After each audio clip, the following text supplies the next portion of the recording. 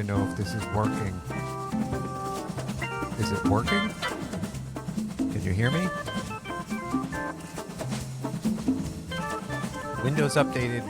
Something updated. Last night, my computer was updating for like 45 minutes. Turn it off, turn it on, turn it off, turn it on. OBS update. I don't know. Something updated. I had no audio. There was no sound. Even though it looked like it was working, it wasn't working. And I have this thing all set up from this Rodecaster. Goes through like OBS. And then you have to put this delay on.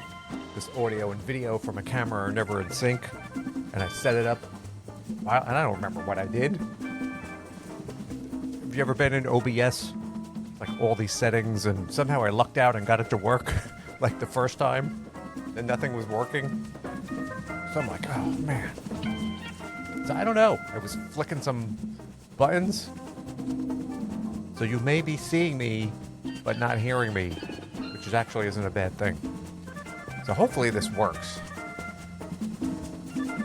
Well, I'm going to give it a shot, because I won't know till afterwards, because it looked like I was talking and things were moving, but no, there was no audio. So we'll see what happens with this. Hopefully I got it figured out. It's rough running a show these days in the 2000s, but hey, there we go. So, thanks for stopping by.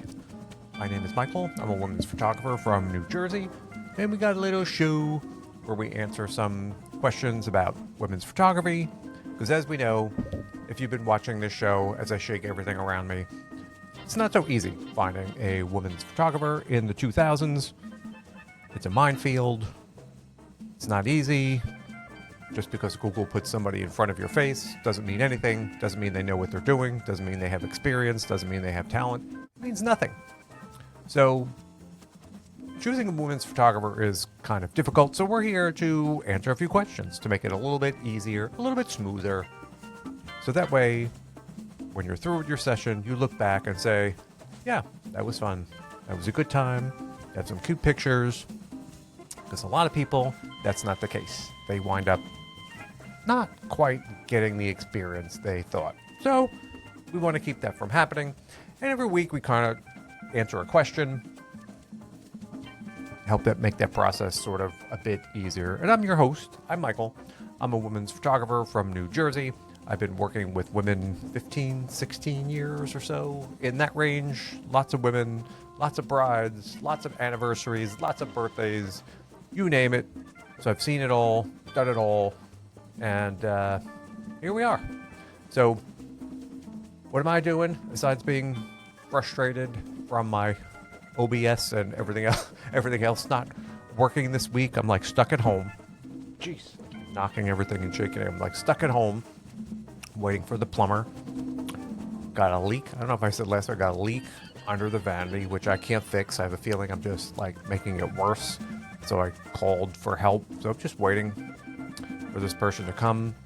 And beverage of the week, I did go out this morning drinking Maine root, ginger root this week. My giant red cup. This is like real root beer. It has like real ginger. It has real, did I say root beer before? It has this ginger ale. It's like real ginger in it. So if you know, like ginger is hot, spicy. So this stuff is like, woo. But I like it. Ginger is good for you. That's all sugar, but. So I'm drinking some ginger ale, waiting for the plumber. And did you take a chance to go back and listen to last week's show? Did you hear it? Did you listen to it at all? It was a pretty good show, and we were talking about how to throw a successful boudoir party.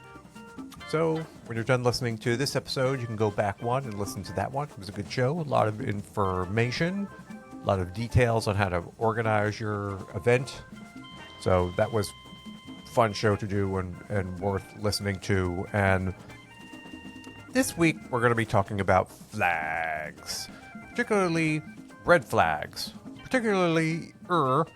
red flags to look out for when choosing a boudoir photographer, because that's what we do. So we're going to be getting into that, a little bit here today, some things that you need to check into, look out for when choosing your boudoir photographer, because it ain't easy.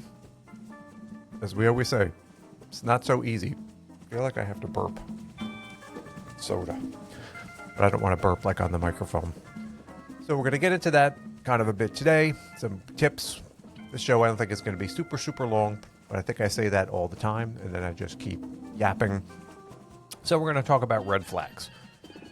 Okay, so how's the average person these days in the 2000s going and finding a boudoir photographer? Going on Google, boudoir photographers in Topeka, search, and they're getting a name.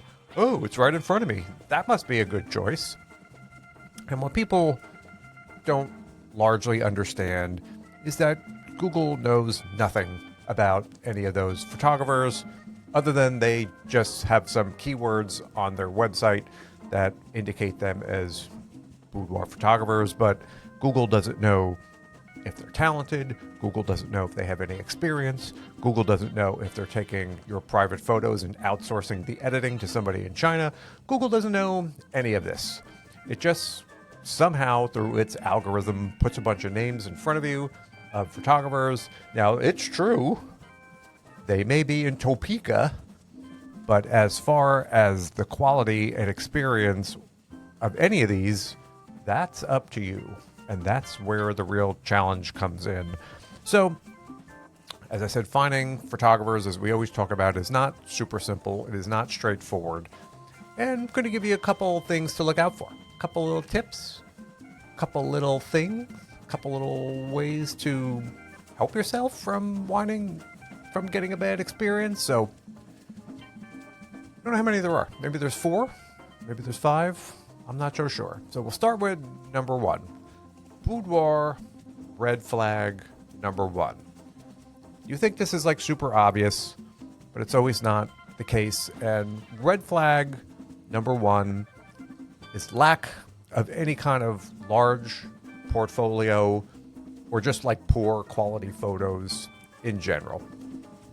And you would think that, if you wanted to go to a boudoir photographer, you'd be looking at some photos and going, wow, these are really like amazing. There's a lot of talent going on here.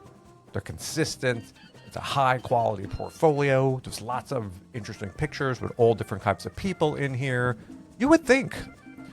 But, when people are starting out, and it's tricky to start out. Boy, I'm just going to be banging into this desk all day long and shaking everything in front of me. What am I doing? Why am I so oblong here today that I can't spin around without go slow? Usually I'm facing this way. Today I'm whacking into everything. So you would think that photos would be great on a website. There'd be a lot to go through, but that's not the case. And when photographers are starting out, unlike going outside and taking pictures of trees or benches or whatever that you can just kind of do, you don't really find a lot of naked women walking around there to practice and take photos of. So usually people who are starting off don't have a great variety of people. Now, granted, we know most of these photographers starting out are women, and they're going to coerce their friend Debbie into coming in and doing some photos. So probably there's going to be a lot of bad photos of Debbie, and then she's probably going to coerce another friend to come in. So there's going to be a lot of bad photos of Laura on there. But you really have to teach yourself what good work looks like. If you only see two people in a whole gallery, if they're all wearing the same outfit, for every single photo, it's not a good sign. If you go on their Instagram and it only goes back a couple of weeks and it's just a couple photos, not a good sign. And what you really need to do is teach yourself a little bit of what makes a good photo. And one thing about these really poor quality photos or lack of a lot of photos, it's a really good example of one of these overnight boudoir pros. It's like someone who a couple weeks ago was just working at another job and woke up one morning and saying, I'm going to be a women's photographer. And they ordered a camera and suddenly, now they're healing women. You know how that story goes. So that's like a big failure of those people you want to stay away from, because there aren't going to be a lot of pictures there, a variety of pictures, like I said. So just kind of want to make sure there is a good breadth and depth of photos, good history. A lot of people on their Instagram, although now Instagram doesn't really let you post a lot of boudoir photos anymore. But that's a red flag. Red flag. Red flag. Poor quality photos and or lack of photos. So keep an eye out for that. Red flag number 2, no client testimonials or reviews anywhere. And it happens. When you're a photographer, over time, as you go along, even not soliciting it, people will leave, their reviews on various sites for you. And you can ask your clients to leave reviews, and some will and some won't. But, over time, people, a photographer will have sort of a history of reviews there. When you look on Google or something, they're all dated, so you can see how long they were. So if you're seeing no reviews anywhere, if you're seeing, say, on the Google machine or somewhere, someone has like 5 reviews, but they're all given within a period of like a week and a half. Again, she just went to all her friends and told them to leave reviews for her new business. So you have to, again, be a little bit, get into that and kind of do that investigation a bit. But generally, it's a red flag if photographers don't have reviews. Now, here's the funny thing I'm going to say is that, that most people now have like review fatigue. And, a lot of people, they're just tired of being asked for reviews. So people don't even want to leave reviews anymore. So I think less and less people want to go out and do that. But when people really feel like they've had a great experience or something, they're going to go out and leave a review. And I just want to talk to from experience is that people, being people, are going to go out and leave bad reviews for stuff that isn't even bad. I mean, that's happened to me in my experience too, where I've had people leave bad reviews on one of my photography businesses who never was even a client of mine. I don't know why this sort of happens. This person wrote this review, and I don't know who this was. Never came to see me. It was never one of my clients, and they write some kind of a review. And I think sometimes these people, like Google has some kind of review tiers, like people wanting to get more reviews and they get some kind of bonus reviewer status, so they just go out and leave mass reviews even though they've never been to these places. So I think that's what happened to me in one instance. This person, don't even know who they were, left like a review, and there's nothing you can do about it. When someone writes Google's not going to, you can't go to them and say, this person has never been here. You're not going to get a response. So there is a downside to all of this. I also had another person who like attacked me one time, like 6 years after a person put like a deposit on a session, never paid never booked the session. And like 6 years after the fact, she went out and attacked me like on a review site. I'm like, well, no one's stopping you from doing your session. You just got to pay it and you schedule it, So you have to also negative reviews aren't always, people are out there. It's hard to kind of understand why people do the way they do. And that on YouTube and all these other sites, there are just trolls. There are just people who live to put bad information out there. But the idea is the good will ultimately outweigh the bad in any of these review sites. So again, reviews for what they're worth, but there should be something. There should be some kind of a track record, because it kind of happens over time. You can see how far back these reviews start to go. And so if someone doesn't have a lot of reviews anywhere, could be a red flag.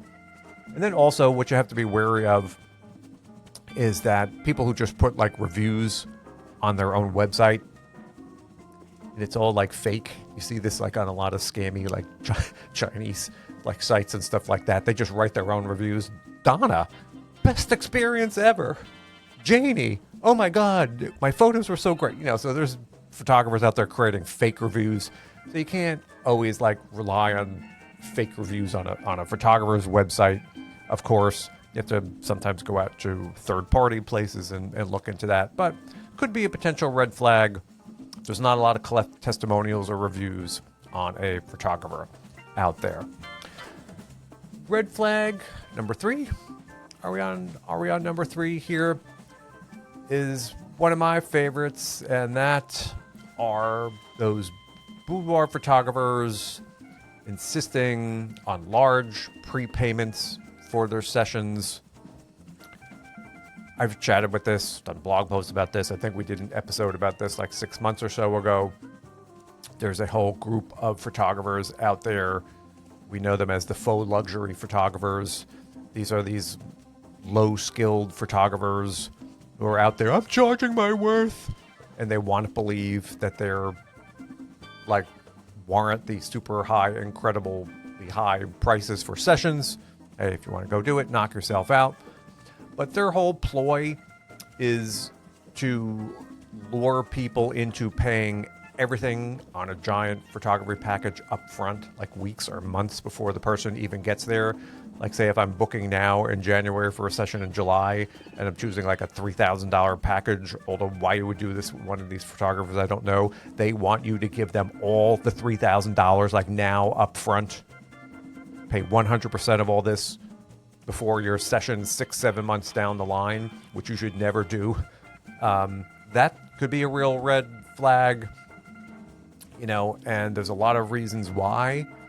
And I think that we discussed that these photographers, for the most part, are fairly mediocre, low-skilled photographers, and they want all this money up front because they know that after your session is done and you see these results, you're like going to go, I'm not paying you the rest of this money. This isn't that good. So they have no chance but to try to get all this money up front because I know people aren't going to pay afterwards once they see this fake luxury experience that they go through.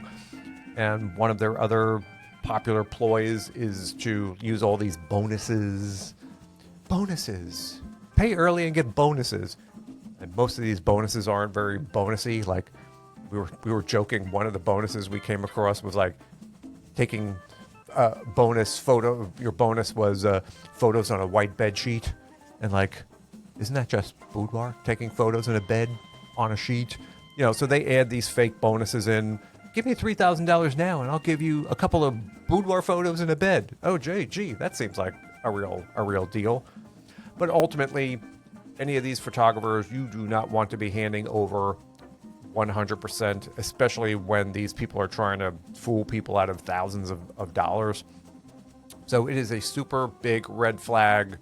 And I guess the idea is they want to charge all this money because they want to seem impressive and seem like they're so good at what they do, but it's kind of like the opposite, which is the big joke. But if you stumble across any photographer that wants like every single dime at the time of booking when your session is like 6, 7, 8 months down the road, that's a big red flag. Now, photographers are going to want deposits. If they don't take money, people aren't going to show up. It's not what I'm talking about, or breaking sessions into payments. You're always going to have to pay something. I'm talking about overpriced photographers who want all of this money like way before you come in for your session. And the key is they're always trying to pry you with these bonuses. So that's always a red flag. So if you see somebody out there trying to do that, really start to ask some hard questions. Avoid those faux luxury photographers. And I think we're up to our fourth or fifth red flag number 4. And that is boudoir photographers for little to no experience. And how would you know? How do you assess a photographer's experience or credibility? It's tricky. It's hard to know by just looking at somebody's website, because they're not going to go on their website and put, I'm new. How are you? That's not going to be there anywhere. So how do you find out, Mike? Well, what you got to do, if you see, and this you need to do for any photographer, you have to like call them and ask them about their experience. And you know our questions like, how long were you into photography before you became a pro? And people say, why do you want to ask them that? Well, it teaches you if one of these people were like these wake up in the morning, I'm going to change the world type people who weren't into photography for photography's sake. They think they're healers, which we'll get into a bit. So there should be some interest in photography before they turn pro. Think about it in other terms. Like, does anybody wake up with no experience in golf and call themselves a pro? No, of course not. They have this, passion for golf. They want to learn golf. They're just doing it for the fun of it, for the experience, for the challenge of it. And then very few of those matriculate out and sort of may earn a living at playing golf or call themselves a pro. And it should be very similar in the universe of boudoir photography.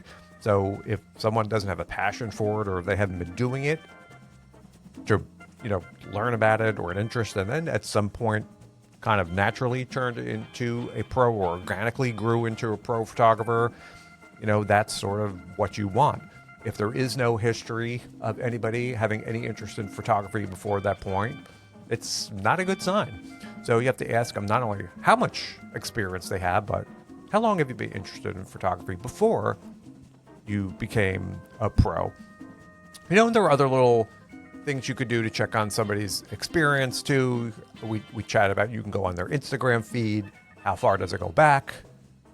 If it only goes back 2 weeks, 3 weeks, 3 months, that's a bad sign. And hey, everybody's got to start somewhere. I get it. But you don't want to be somebody's first. You don't want to be their first bad photos. Trust me, you do not want to do that. Let somebody else fall into that trap. So it's not easy, but red flag, you have to avoid all these photographers with little to no experience. You do not want to leave your wedding dreams in the hands of somebody who started 2 weeks ago. Trust me, despite all of their we're changing lives type of talk. Yeah, don't do it. Red flag. Red flag. And then finally, our last red flag, I don't even know what we're on now. 5, 4? I didn't number these, so my pea-sized brain can talk, but I can't count and talk. You want to be on alert for those healers out there. The healing boudoir photographers. Because you think you just want an anniversary gift, you want a cute gift for your wedding, Christmas, whatever it may be, and now you're going to go to this boudoir photographer. But there's a whole group of photographers out there who really, again, aren't so interested in photography. They're more interested healing the mental health problems that they assume everybody has in the world. So rather than photography, their primary focus is fixing mental health issues of people. They assume all women are broken, everybody's damaged. Trust me, this is not going to be a fun session for you.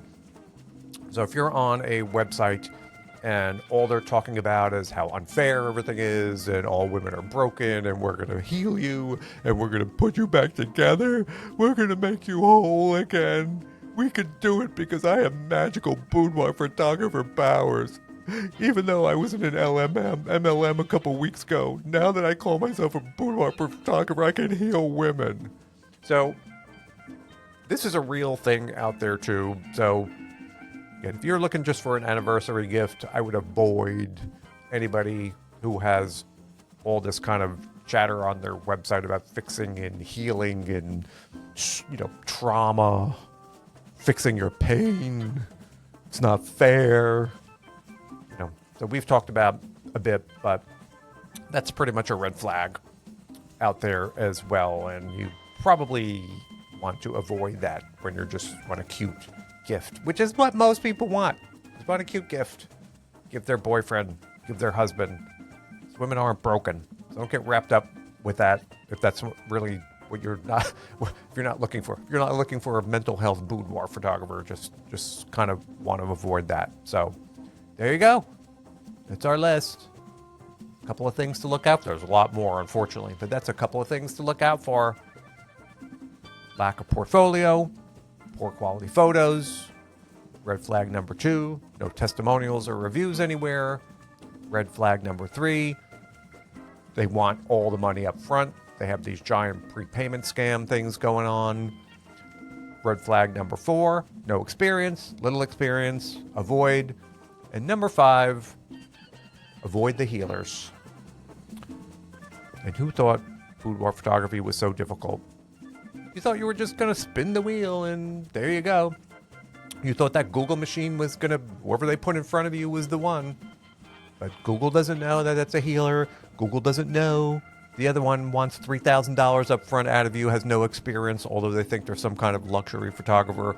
Google doesn't know that the 4th person in that list was in an MLM just 3 weeks ago, and now she's calling herself a pro. She has no interest in learning technical ability.